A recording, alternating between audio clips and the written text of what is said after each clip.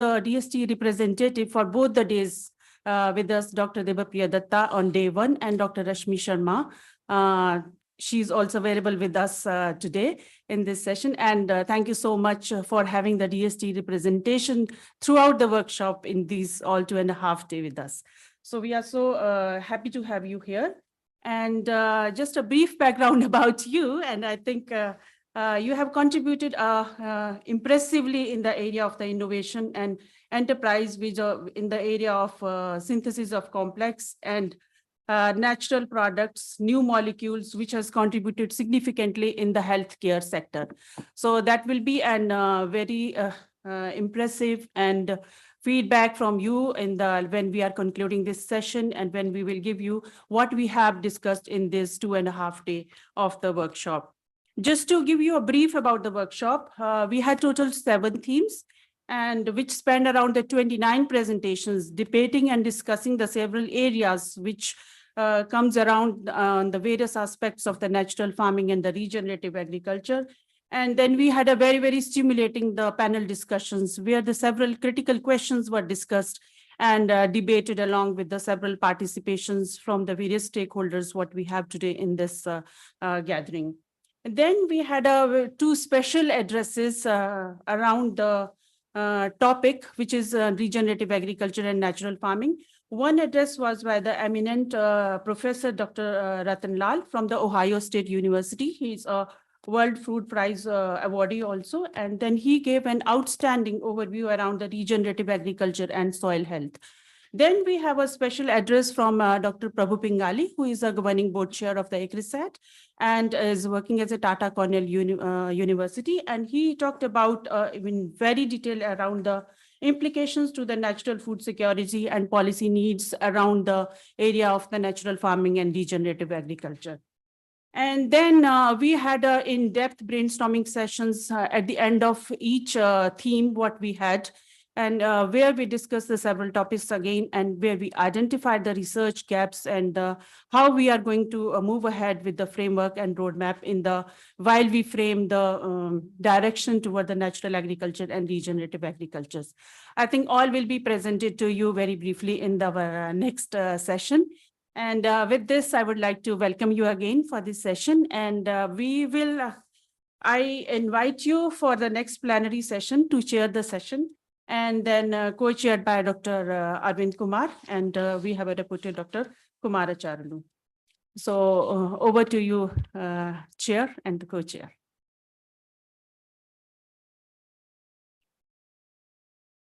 Thank you, Mamta. And once again, a very warm welcome to Secretary DST here. So we start this session where it will be 10 minutes presentation by each of the chair of the respective session. So can I invite Dr.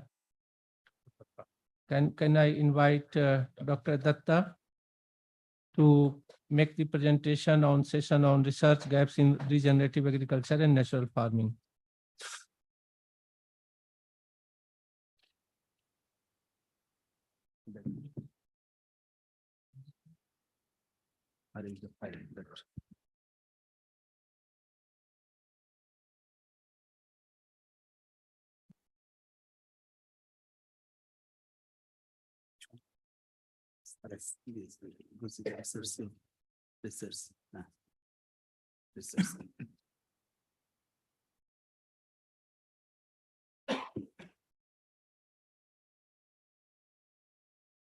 Light should be. Light should be.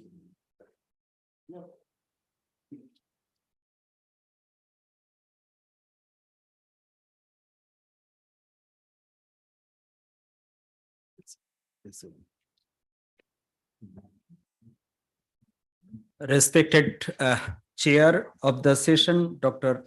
H. Chandrasekhar, this is the Secretary DST. Co-chair of the session, Dr. Arvind Kumar sir, Dr. Shefari sir, and the team of my research gap findings team, co-chair Dr. M.L. Judd sir, and all of the dignitaries present here. Myself, Dr. Abhijit Kumar Datto from Ramakrishna Mission Vivekananda Educational and Research Institute. I am here to present over the research gap that we have identified through the last 2 days of presentations here, through the output and reflections of the 23 presentations, 4 panel discussions, mainly by the leading experts from the national and international platforms, from the public, private institutions, government, foundations, and civil society across 7 thematic sessions, 2 plenary presentations by globally acknowledged scientists. Then these were also further discussed through this research gap identified team led by different dignitaries, including our Reddy sir and so on, with the initiatives of Dr. Jat sir and so on. So whatever gaps those have been identified, I am just going to present within the next 10 minutes. That is the research gap. In our 2 days discussion, there was a debate regarding the definitions of that regenerative agriculture, because few are telling about the natural farming, few are telling about the organic farming, some are calling them at conservative agriculture, some are calling sustainable agriculture, and so on. But whatever may be the definitions, we have to focus on the ultimate goal of the regenerative agriculture. That is our first suggestions or research gap identified by the team, that the goals should cover the conserving biodiversity, building resilience to climate change for public and private cost and benefits. The second one is the systemic research. The research should be based on the strategy and on-farm participatory with back and forth feedback loop for tailor-made bundled solutions for regenerative agriculture, integrating genetic, ecological, socio-economic innovations for different regions and agroecologicals, that is the rain-fed, irrigated, or even the mixed system, cropping and farming systems with congruence between the 3 pillars of sustainability, that is the people, planet, and profit. And it should be science evidence based, consensus, and the scaling. Then the third one is the food systems research on regenerative agriculture or natural farming, rather than commodity or technology centric focus, because in most of the cases the approach is top to bottom, but we are just proposing here the bottom to top approach. And the next one is in-depth research on synergies and trades-off using multi-criteria and multi-dimensional sustainability approaches that is proposed by one of our presenters from the Cornell State University, and the yesterday's presentations as well by the Pingali sir, and he note about the circular economy. So based on that particular aspect, we focused on that research gap here, and the systematic research on breeding crop varieties and their seed system, because we know that in most of our nuts or in different platforms, the availability of seeds to the growers community is the great challenge. Thereby, it should be addressed through the seed system development. And here also the unlocking the potential of gene banks for the regenerative agriculture, because we know that in our different traditional agriculture systems, the several varieties traditionally are being grown by the farmers. Those are to some extent resilience, or even they can grow under the stress condition as well. Then the next one is the benchmark sites for continuous system level monitoring of multiple indicators. That indicators should be biophysical, socio-economic, nutrition and health, environmental, happiness index of farmers. That is our first priority. happiness index of farmers, etc.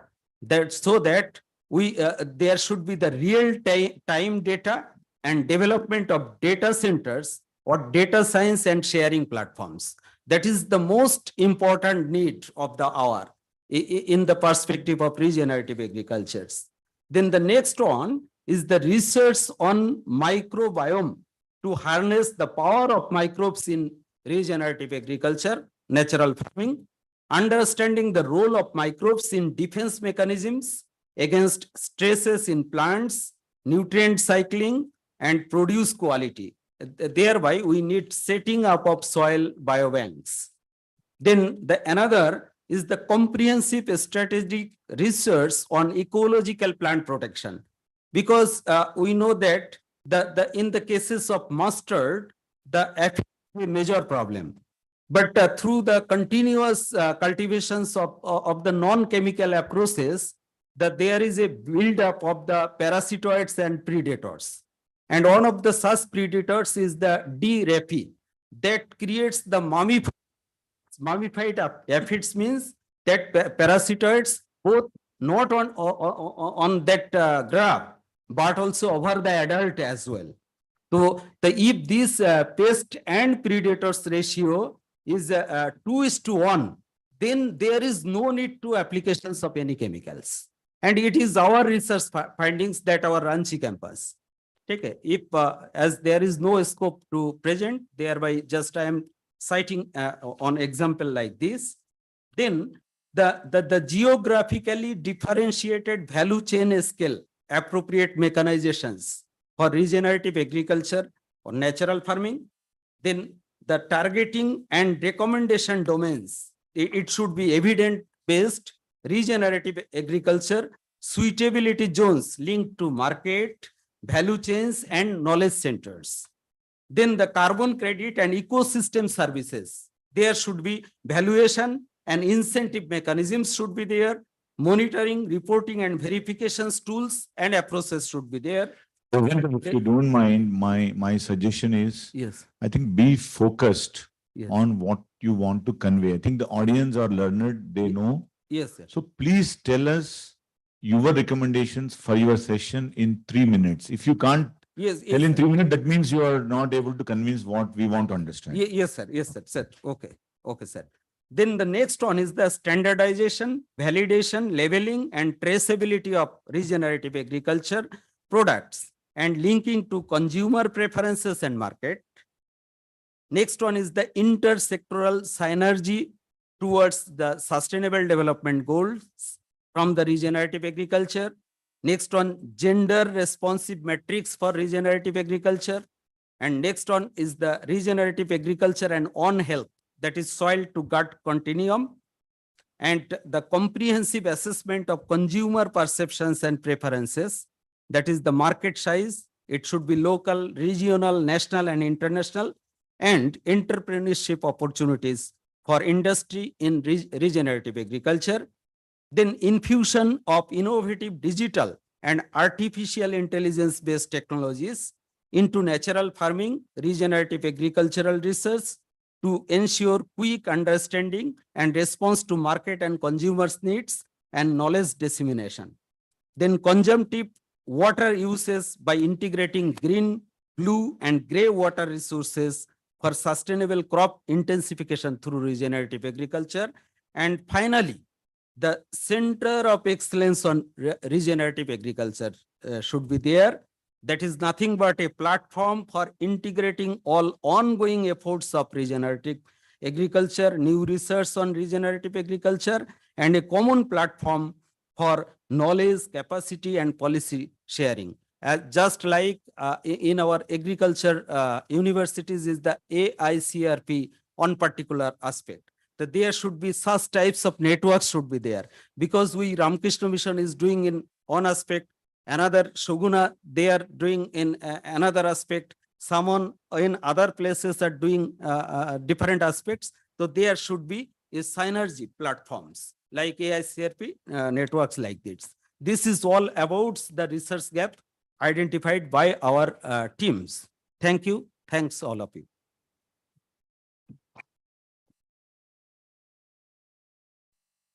So can we request for the second session, Dr. Rashmi Sharma for the presentation?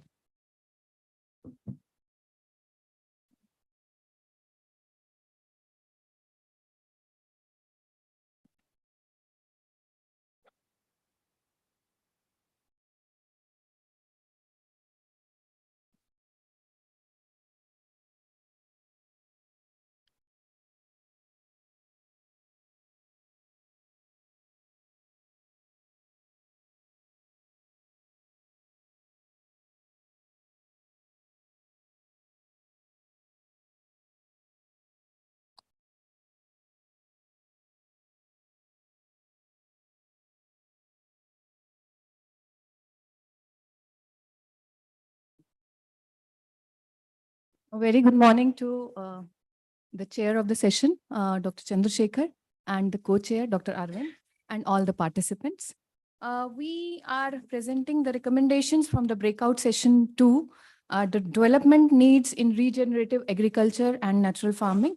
We had 13 participants belonging diverse disciplinary backgrounds from different institutions, which those who have contributed to this session.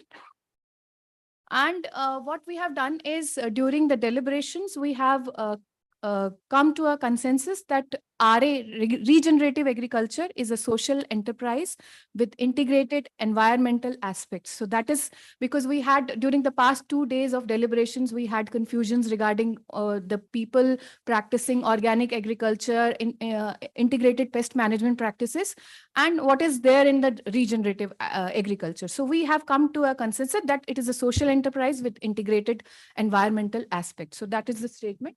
And we have divided our deliberations into 4 categories.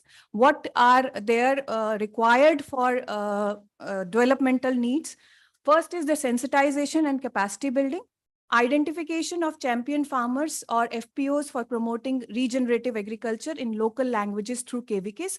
Because what we have learned is that there are farmers who have been practicing regenerative agriculture or the form of agriculture practices, natural farming or organic farming. So we have to identify such farmers, and the KVK needs to create champion trainers so that they can lead towards, they can further train the small and marginal farmers in this area.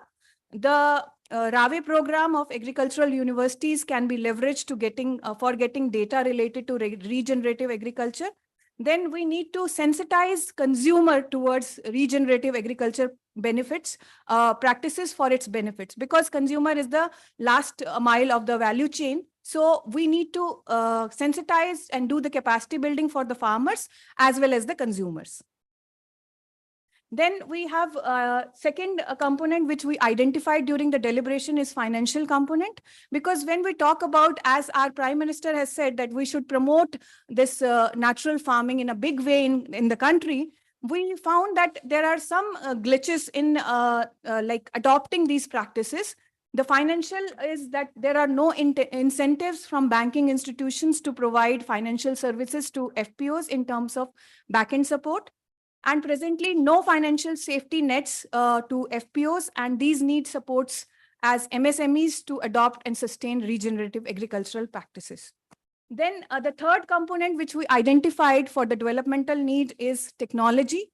We need to create a catalog of existing technologies and processes required for regenerative agriculture, because we have a lot of practices available in different institutions, whether these are research institutions or agriculture universities. So we have technologies available, we need to catalog them. And then we need to encourage the on-farm validation of these bioproducts, bioformulations, etc. Because most of the times it is felt that these bioformulations on the experimental field, they are successful, but when it goes to the field of the farmer, they are not very successful. So we need to do a scientific validation of these bioproducts or bioformulations. We need to create a traceability of entire RA value chain through blockchain or other technology which is available from field to market. Then we also need to use more digital tools in implementing regenerative agriculture. I yesterday visited the iHub in ICRISAT, and saw that they have created an app called Plantix, which is being used for 30 different crops and 500 it is able to identify 500 disease conditions, and it has been downloaded by 15 million farmers. So if we can integrate such regenerative practices in such kind of an app, which can be used by a user-friendly tool for the farmers, then we can promote these this regenerative agriculture in a big way. Then the last one is the policy matter, like repurposing the Raithu Bandhu or similar kind of schemes towards implementing regenerative agriculture practices by farmers. Manrega to be aligned with regenerative agriculture in generating green biomass, composting, and allied activities. Because what we felt that the Manrega scheme is being like the labor is being used for making roads and other things. So if that kind of scheme can be used for creating green biomass and composting and other products, so it will be very useful for promoting regenerative agriculture in big manner. And then we have to create decentralized bioresource input centers for accessibility of RA products. So thank you very much. So these were our recommendations from our breakout session. The third session to be presented by Dr. Venu.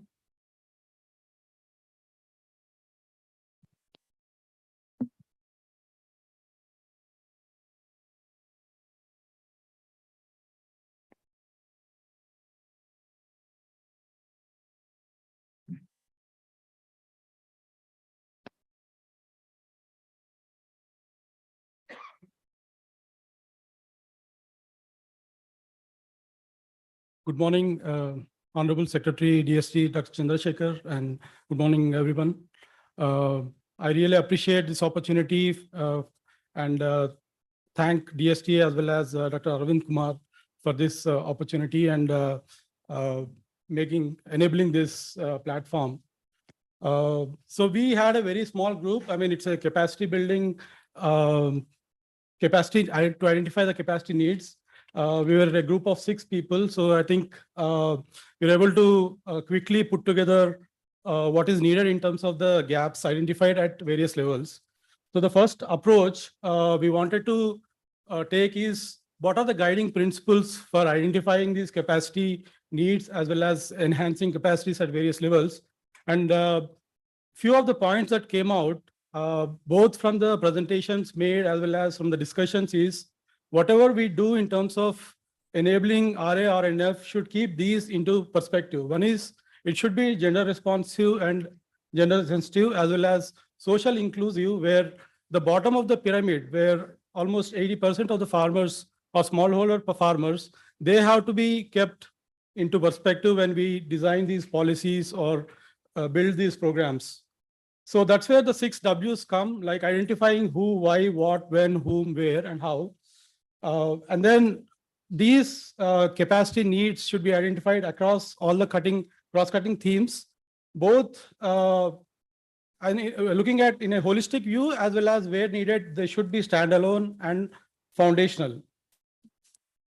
So the next approach that we wanted is it should be an ecosystem-wide approach where instead of pushing these through policies, or we need to first create a pull mechanism.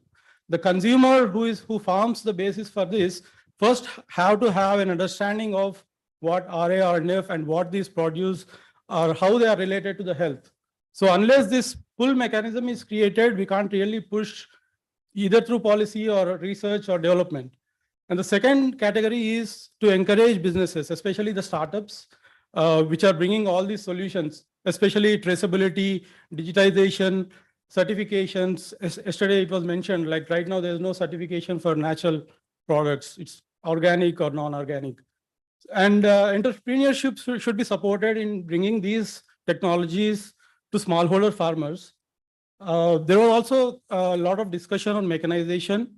That has to be looked at how RA or NF can be enabled through the mechanization. And the last one and the most important one is not only at the farm level, post-harvest, what are the practices that we currently have? Like you can produce food through RA or NF, which is chemical free. But when it comes to storage, as well as when it comes to the consumer, there can be again contamination. So that has to be also looked at.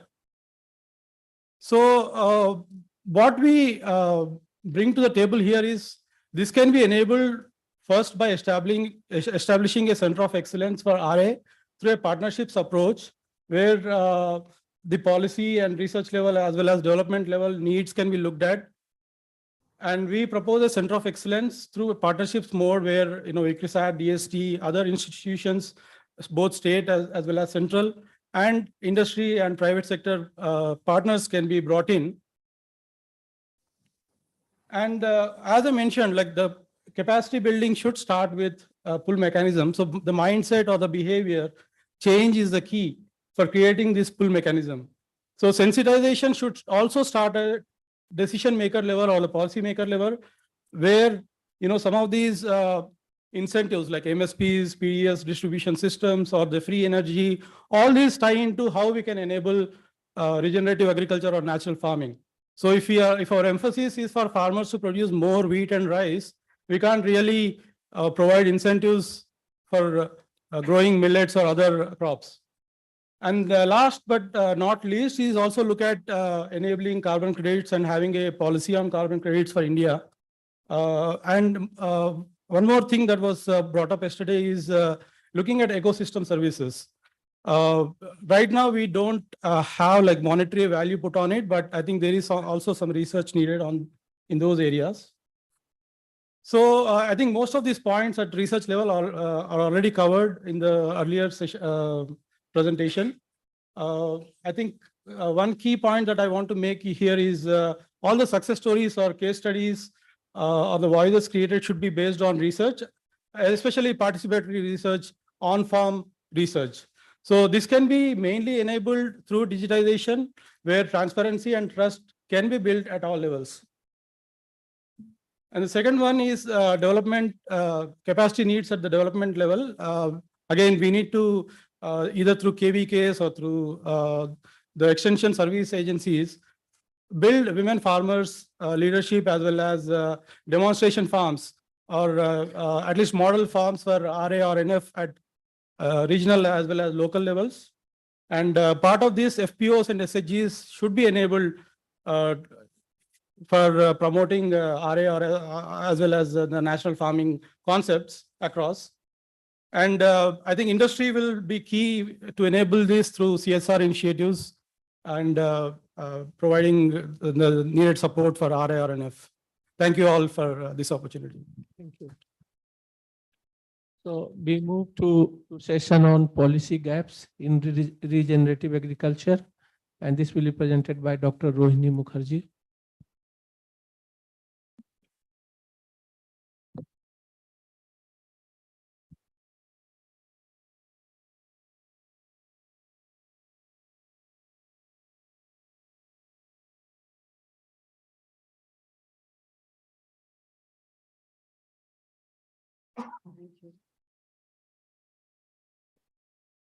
Good morning, all. It is my privilege to present the thoughts from my group, which was on identifying policy gaps and framing some recommendations.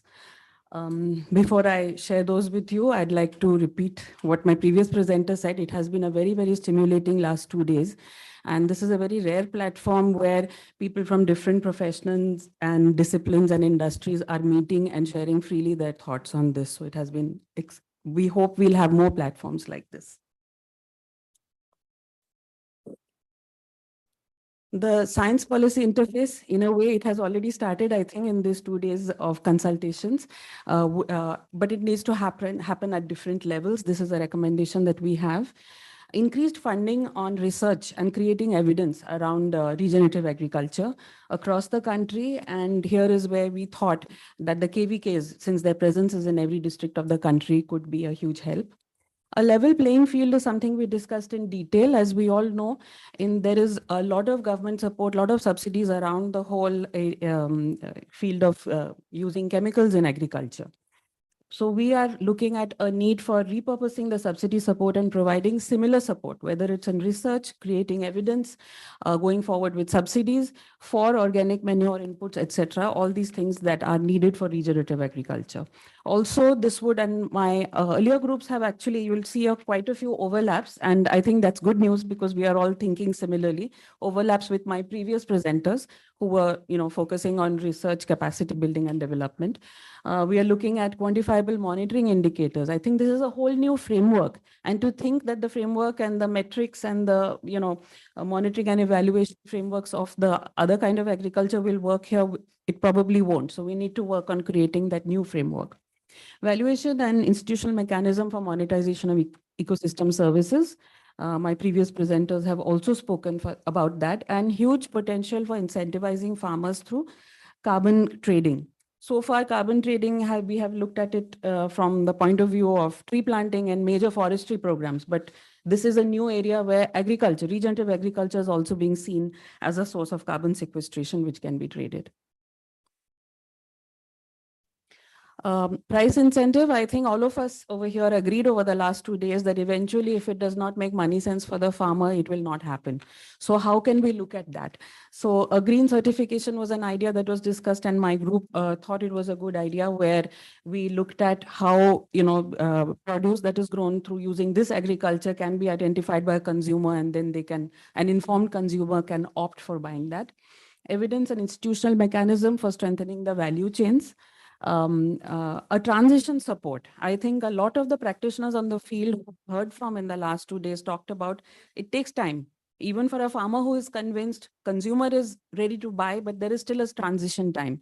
In that transition time, the farmers will need support. We feel there could be a policy recommendation in that area. Tenancy reforms, a reality on the ground in our country today is the increase in the number of tenant farmers. Now, tenant farmers, how long is their lease? Will they be patient enough to adopt practices which will take time to show result? Is an area where we need to think about and think of perhaps the land leasing reforms, slightly longer presence of a particular tenant farmer on a piece of land.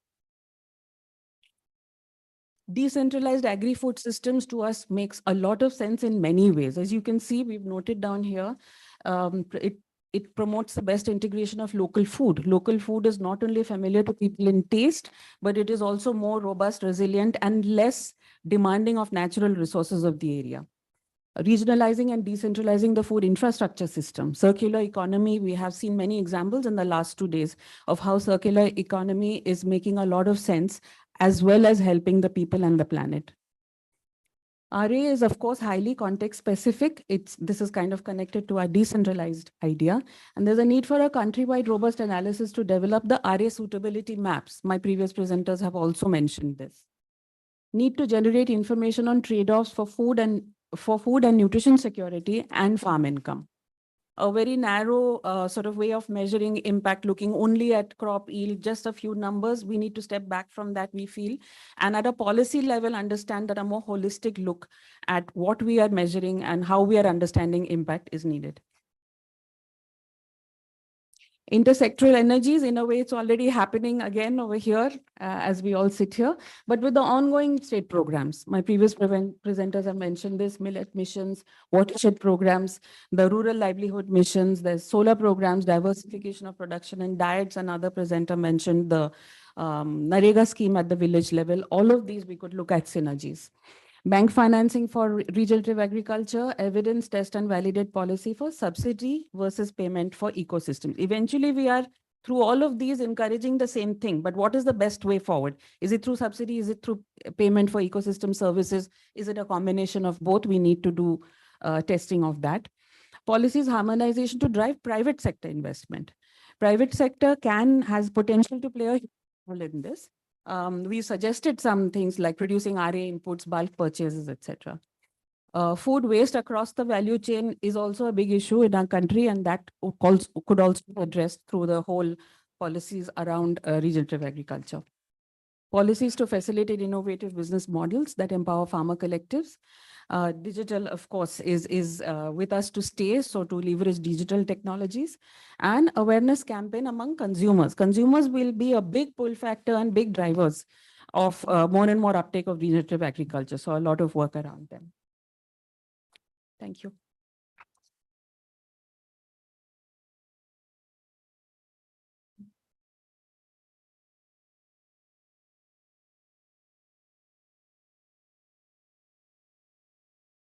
Okay, I'm sorry. So we are done with the four presentations that happened in this morning. The people, they break up into four different groups, had discussions that what they have learned. Thank you all the presenters, and thank you all the participants for taking time to sit with 2 hours and then come to these recommendations. You want to say? You have a slot. Yeah, okay. So now, can I request Secretary DST to address all of us? You can go.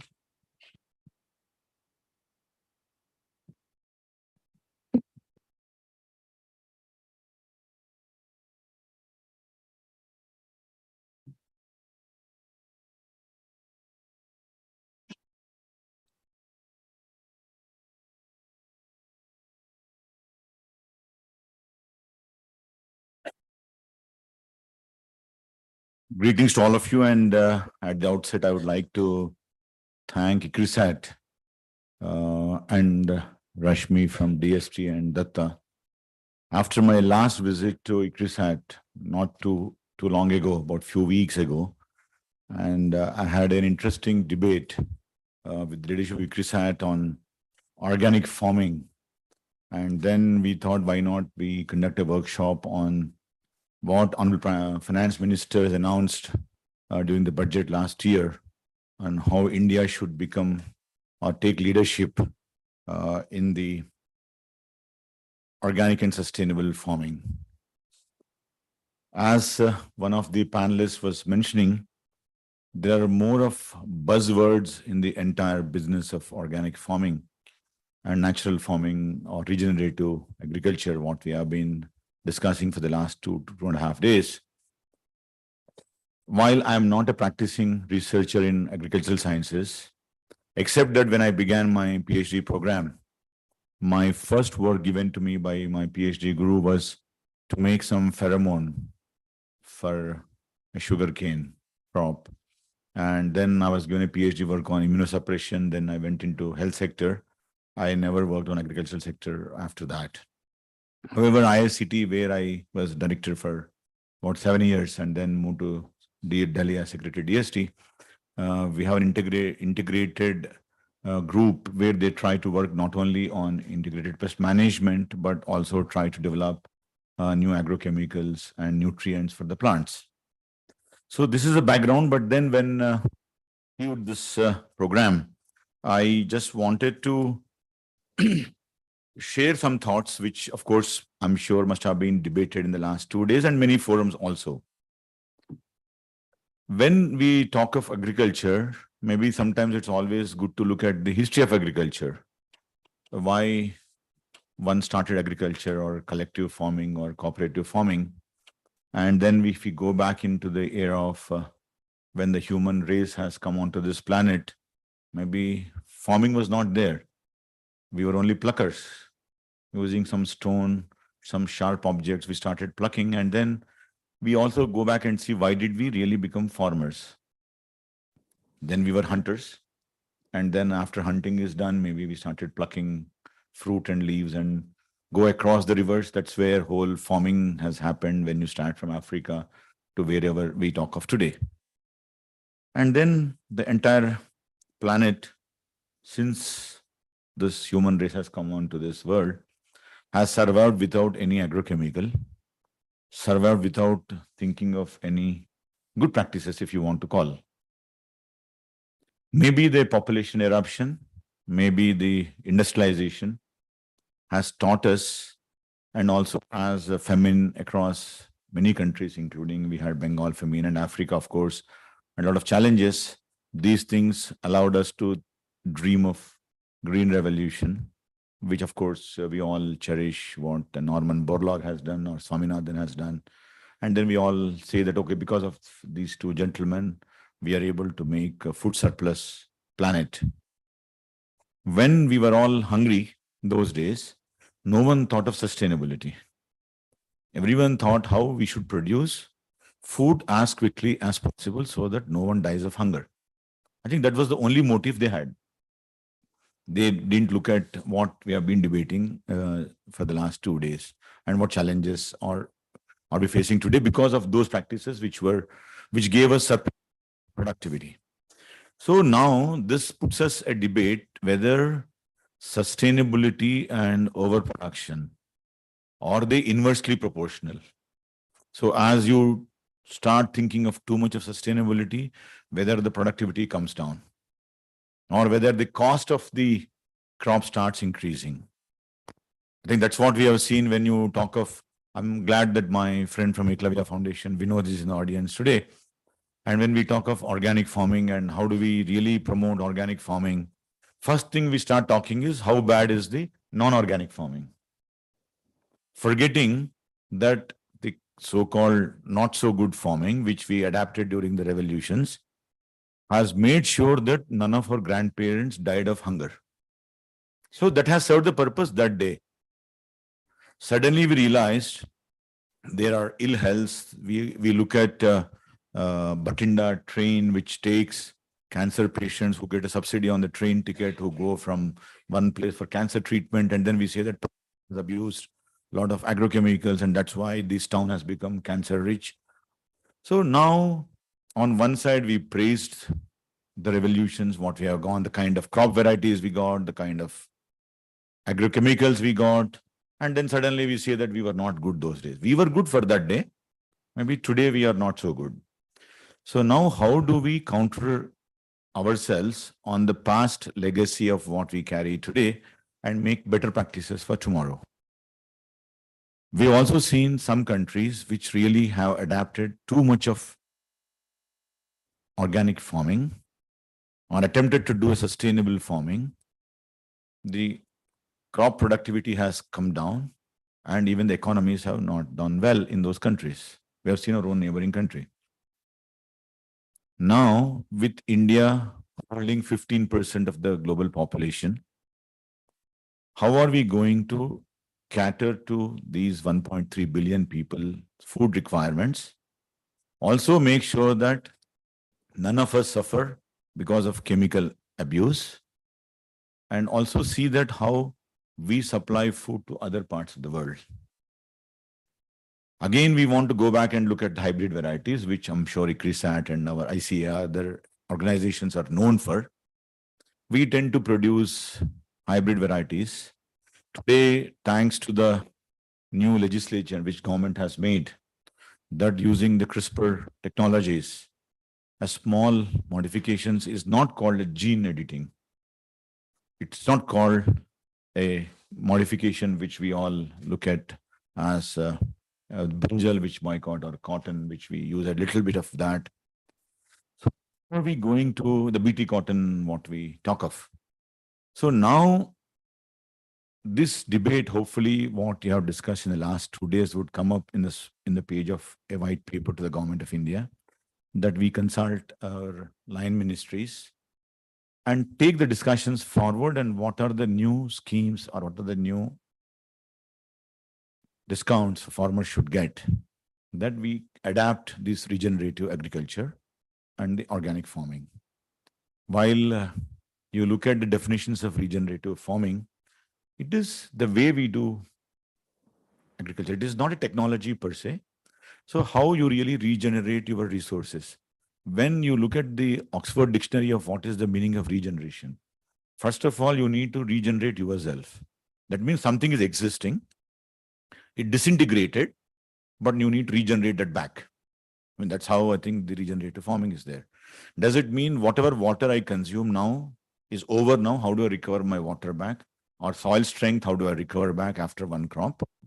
And then we all look at the stubble burning in the northern part of the country and how Delhi gets choked. And again, we blame the farmers.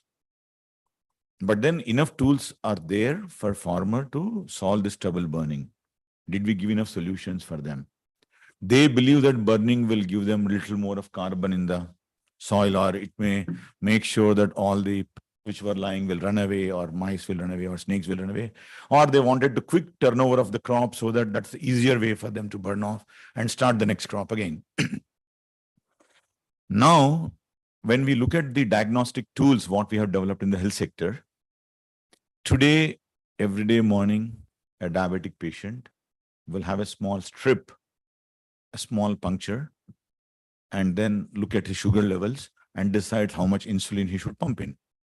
Now, using the AI tools and robotics and whatever new machinery we have, maybe you pump it in your under your shirt somewhere, and it keeps pumping insulin as and when the person requires.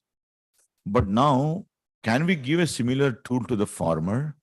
A small pH paper, those who practice chemistry or high school science will know, should I give a small pH paper to my farmer that before the crop or every week, he just dips this paper at various parts of his field and decides how much water I should put in. Am I overwatering or underwatering, or should I put more seed or less seed, or more urea or less urea? Can we come with small paper kind of a technology? Are we talking to the diagnostic people who have really made game-changing technologies in cell sector? Science is same, whether you talk of health sector or agriculture, science is same. What are the parameters a farmer should know in his soil, that how much of water he should consume or what kind of seed variety he should use?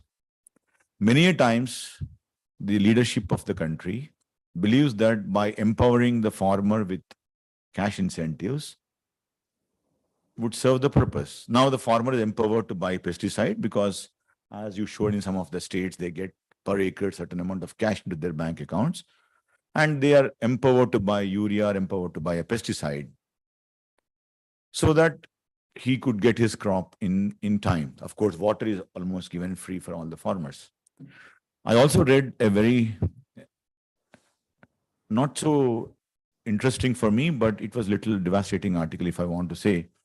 This article states that if a farmer has to buy the water at the price we pay in the municipal towns, I think the paddy or the rice what you buy per kilo has to be increased by 100-fold, 50-fold.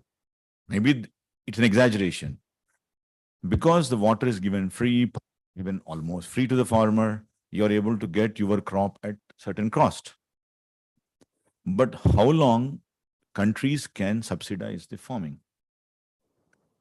It is the responsibility of all of us to give technologies that even without subsidy, we should be able to buy those food or whatever items we buy should be at the same cost even without subsidy. That means our technologies have not reached the maturity levels. We have been beating around the bush trying to tweak a little bit of gene here or getting hybrid variety and then getting a new chemical. We started with a phosphorus chemical. We said phosphorus is bad. We get chlorochemicals, chlorine is bad. Now we went into fluorochemicals, fluoroorganics, and say that these are sustainable. These chemicals are good enough for a farmer. And the amount of dependency currently India has, even if we don't talk of sustainable agriculture or organic farming, even the practices what we have developed over, the kind of quality of agrochemicals we supply to our farmer are inferior, and farmer only knows that I will spray till the insect dies. He doesn't have a tool to check the dosage of the bottle what he buys. We have seen the big gimmick played by the Dolo. We all know that it weighs 650 milligrams of the tablet, but farmer gets a bottle or a box or a spraying system. He doesn't even know the strength. Something is written, he will not even know whether it is good, bad, ugly, and then he keeps spraying till the insect dies in the field. He wants to see visually whether it happened or not. Are we empowering the farmer enough? While we are talking of tomorrow's farming, agriculture of tomorrow, we need to correct what we have been practicing yesterday also. Because you suddenly get a transformation from yesterday revolution of green to suddenly organic farming or regenerative farming, whether are we going to get sufficient food for all of us, or whether the cost will be sustainable. I thought we also would like to debate with open heart. What is that we need to practice? I just wanted to also tell you that when we look at the table of farming countries, India still does not top per hectare the yield of food what we get. People talk Brazil gets the best, maybe China gets second best, but still we are not in top 5 except in 1 or 2 crops.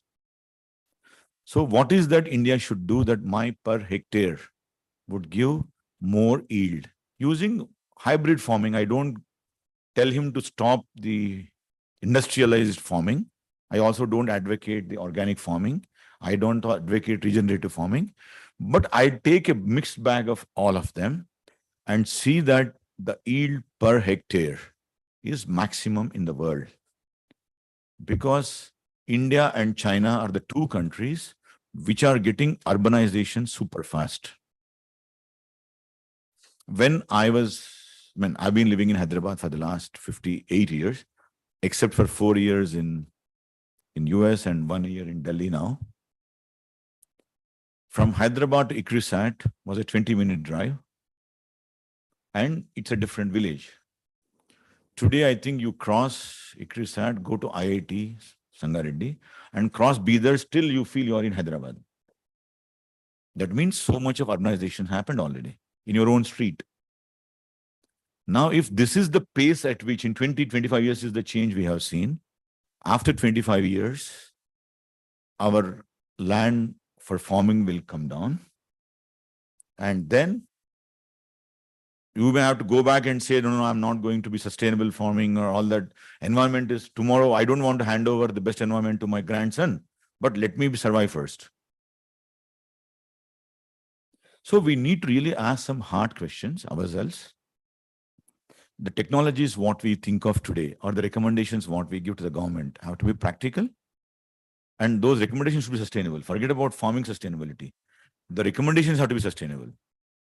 Otherwise, after 1 year, we'll make another group and they come back and say that these recommendations are non-sustainable. We are now currently living in the economy. Of course, economy is always driven by the profits. Subsidies are given to the sectors which are not doing well. Today, it's rather unfortunate that after 70 years of our leadership in pharma sector, government has to give production-linked incentive for APIs. Now we're talking of production-linked incentives for agrochemicals. Now we talk of production-linked incentives for battery, production-linked incentives for semiconductors. So something was not right. And only in the last 8-10 years, Honorable Prime Minister has been pushing on how India can truly become Atmanirbhar. While we are committed to Atmanirbharta, we also need to learn lessons of our failures. So I also would like to bring to your attention to do a very serious and committed gap analysis. And last time when I was interacting with our ICRISAT colleagues, you are one of those organizations who are hopefully land-rich organizations still, and many of the ICAR organizations also. And I know Vinod used to come and discuss with us, and in 2 acres of land in IICT campus, we were trying to get the yield of productivity of organic farming versus cow dung farming versus urea enriched farming versus whatever. But it was not a sustainable research we did. But last time when I interacted with the ICRISAT scientists, I suggested that with this kind of land parcels available with all of you, I think DST will be happy to give some special calls. And my team, Rashmi, is here to assist you. If you could really identify 7 or 8 varieties of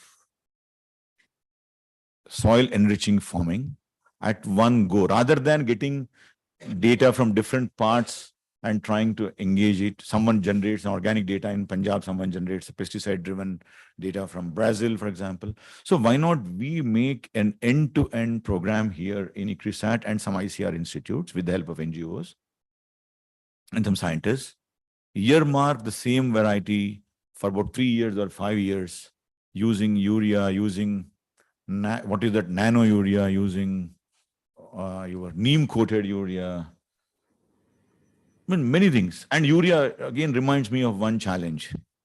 We all have jumped into Euro 6.0 vehicles. And my son has bought a Innova Krista, new generation 6.0. it consumes more urea than a farmer, unfortunately. I don't know how many of you have noticed that. He keeps every 2000 kilometers, you have to buy, I think, 1500 rupees or 2000 rupees of ultra pure urea solution, which is called some blue, I forgot the name now. You keep adding into your vehicle. So whatever little nitric oxide is produced by the diesel burning is neutralized, and you will claim that you are keeping environment protection. But in the process, every week he's taking 100 grams of urea from a farmer, ultra pure farmer. Now imagine other Euro 6.0 cars now. So if your automobile industry is the competitor to the farmer for urea, now where are we? I had a very interesting debate with our finance secretary that can we get more money for our research? He says you could not give the best technology for urea production, so I don't give you subsidy for research. Because I have to buy urea at X price from a foreign country, and then I need to give 20% discount, 30% discount by government subsidy and give to the farmer. Otherwise, farmer will not survive. He gave me a challenge: make urea at the cost what I am giving to the farmer after subsidy. If technology is so robust, I'll stop the subsidy for urea, and we give 50,000 crores, some number I don't remember exactly, 80,000 crores or whatever, 1 lakh crore subsidy I give to farmer to buy the urea. All 1 lakh crores, I'll give a check to you. You do whatever fancy research you want to do. Now I went back and challenged my chemist now. How can you make the best urea or the cheapest urea? I went and challenged automobile industry. Please don't take urea from farmer, make some other chemical which can trap your nitric oxide. Similarly, we talk of smart farming, precision farming. But is our farmer empowered to practice all that? Now we are talking of 5G already. So we have to empower the farmer on whatever we are debating today. Government is committed. The leadership in the country is in the best hands, and government is pushing all the ministries to see that how we can bring in reforms in agriculture, reforms in health sector, that India becomes world leader by 2047. We gave a commitment by 2030, India would start marching towards that. We all enjoyed or celebrated when we have jumped 1 rank in our total finances. We had beaten UK from the 6th position, and India became the 5th powerful economy in the world. As Honorable Prime Minister said, when 10 to 9 we never bothered, 9 to 8 we never bothered, but when we became 6 to 5, we all were in jubilation because we have defeated United Kingdom, which ruled us. So that gave us that pride moment. Now we also aspire to be 4. I'm sure we'll beat Germany and France very soon. By 2027 or 28, as per our finance numbers, we'll be number 3 in the world. But the gap between 2 and 3 is so large. So how are we going to get into 1 and 2 slots by 2047? So the debates what we do today also should look at how we are going to make technologies to farmer at the low cost, but the product quality is so good that he makes more money. During COVID pandemic, we have all seen the reverse migration. Many of the people who came from villages into towns for jobs, including security or ATM machines or whatever construction going on around, because of lockdown, all of them went back to their villages. Now, because farming is not good there, again they want to come, another reverse migration. But now there's an opportunity that our farmer has gone back. Can we retain him there now? How do I empower him? I think these questions we should debate while we all get into this kind of discussions. We have an institute called National Innovation Foundation in Ahmedabad, which try to connect all the grassroots innovations, including organic farming, and see how we could really empower our farmer. Similarly, only yesterday in Vigyan Bhavan, we have interacted with about 700 school children. And it is so interesting to notice that out of 500 or 540 students, I think they were there in the audience, everyone was inspired by organic farming, tools of farming, and Swachh Bharat, and COVID. So all 550 projects of school children across the country, all the states, all the union territories represented, one young girl came up with an interesting innovation. My mother cuts onion to make some bhajis to sell in a small village. And whenever she cuts onion, she cries. Now, very small tweaking. For the knife, she has put a small fan and put a small battery to that. So while onion is cut, the air, which is the sulfur, which gets into oxide, sulfoxide, that is blown away from her mother. And now one young girl, her mother collects all the cow dung to give it to whatever our Govardhan programs where gobar is created. Now she has made a small tool which can collect all the cow dung on the streets without any electrical intervention or battery intervention. That way, she used the physics principles of energy, and then she built a small tool. And then when we ask those kids, they say all these innovations are driven by the problems my mother or father are facing. So it's time that we scientists should not sit in these ivory towers, that innovations happen only after you do a PhD and get a job in ICRISAT after Inspire Fellowship. I think innovations are there everywhere. And it's our job to go to innovators. Innovators don't even know that scientist character exists. They don't even know who is a scientist. They may know a film star, they may know a sports star.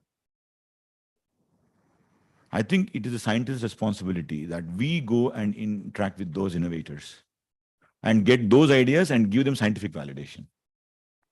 I think then India would become the world leader. So just to wrap up, I know I'll be standing between your travel, dinner, lunch, and going back to your homes on a Saturday. My appeal to all of you is, in a profit-driven economy, whatever you give recommendations have to be driven by the economy, while environment is kept in mind. You cannot sacrifice the environment anymore. We have seen the thunder bursts. We have seen the sea level increasing, Arctic melting, global warming. We have seen recently Paris 42 degrees centigrade. They don't even know that one should buy an air conditioner. Germany at 43, which they have not dreamt of. So now that is all because of the revolutions we have taken up. Industrial revolution. I don't want to blame any revolution. We had a white revolution, we had a blue revolution. But all this industrial revolution has created some turbulences, while doing the course corrections of the old revolutions, create a new revolution where sustainability is built in every technology we develop from today. So every you conceive, please do the life cycle analysis and the carbon analysis. How much carbon I am putting in, because whole world is carbon. I'm proud that I'm a carbon chemist. How much carbon I am using. And I'm told urea, when you sprinkle in the field, only 30% is absorbed. I'm not sure, but that's what I was told by the farmers. So now how can I make urea which 100% gets into the soil? So these are challenges we keep debating. And please give serious commitment to life cycle analysis of every thought, sustainability versus productivity. I think that should match. You cannot come and say that I'm giving you sustainable technology, but productivity comes down.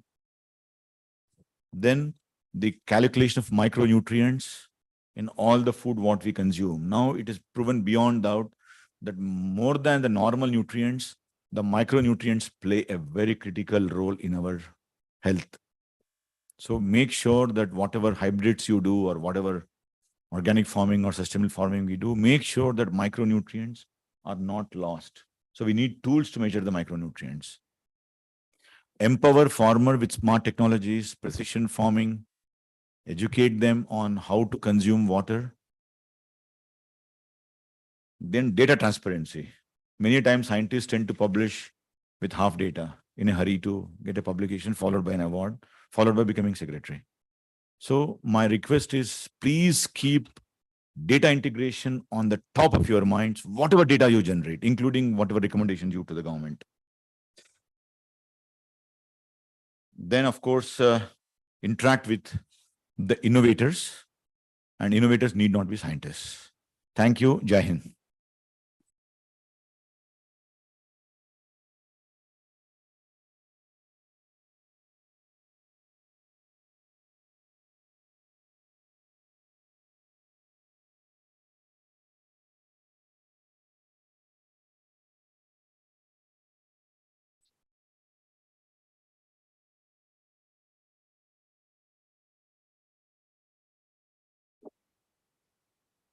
Good morning, everybody.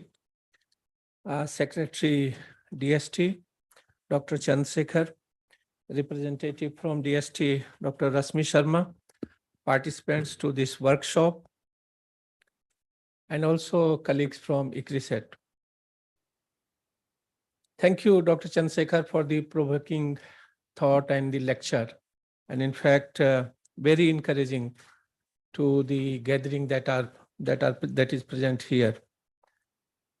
Over last 2 days, and in fact 2.5 days today, when we started our workshop 2 days back, we started with this objective that we discuss and take stock of the current knowledge, feasibility, policy, and identify gaps between the regenerative farming and the conventional agriculture, and also we develop conceptual clarity and provide an input and a roadmap to develop realistic and outcome-oriented interventions.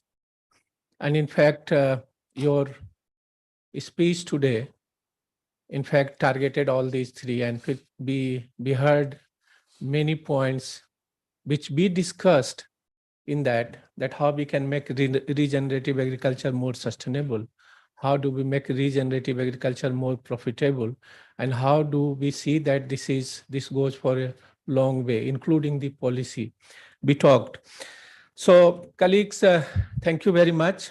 After 29 presentations, 4 panel discussions, 2 special addresses, and 7 theme discussions, we are here today wrapping up this workshop, consultative workshop on regenerative agriculture. And thanks to everybody who contributed to this. Now, while the presentations were made from the 4 group discussions that we had today, I do have some points which I noted when I was attending all these sessions in between, and people were giving suggestions. The first one, which evidently came from DST, Dr. Datta, was a strategic document for regenerative agriculture for India, focusing on research, need and strengthening knowledge and practice pathway. So, and that is what was talked also today by Secretary DST in a different way, that gap analysis, end-to-end solution that we need to provide. And I assure you, Secretary, that we will work towards this. The second one, again, coming from the panel discussion where Dr. Rashmi was there, real-time data collection for number of years on different components in places where farmers have been practicing regenerative agriculture for long. And in fact, they are doing it on their own. And they are so convinced. We have farmers here. In fact, I made many friends on regenerative agriculture over the last 2 days. I got many invitations to visit and in fact, to them and learn regenerative agriculture. So this is another point where we will like to move forward together with the number of people. And Secretary did address that how you can have a solution where we are working with number of people. The third one was to compile and analyze what all has been done in India and way forward. So while we heard that there is number of data present and we debated on the data when presenters presented. We have to see that where are the gaps and to close those yield gaps, develop a strategy for the way forward. Now I tell you one more thing in between, that while we were having this workshop and I received many calls, a few calls from outside the country, that how we can work together. In fact, yesterday I had 2 virtual discussions, how they can help. One was from Denmark and the other one was from India, that how they can help to move forward with the regenerative agriculture. That reminds me of this situation, that there is a lot of interest to work towards this area. Now, we did talk about the carbon credit ecosystem service. And in fact, it has high potential to incentivize the farmers if we really want them to practice the regenerative agriculture. I saw in the presentation today about the Center of Excellence. I see it as an opportunity that we have research, policy, and capacity development coming together. And in fact, also about probably this will also bridge the science policy interface. And in fact, also if we are able to do it, we will have definitely increased funding for the regenerative agriculture. There was a concern that there is less funding for the regenerative agriculture.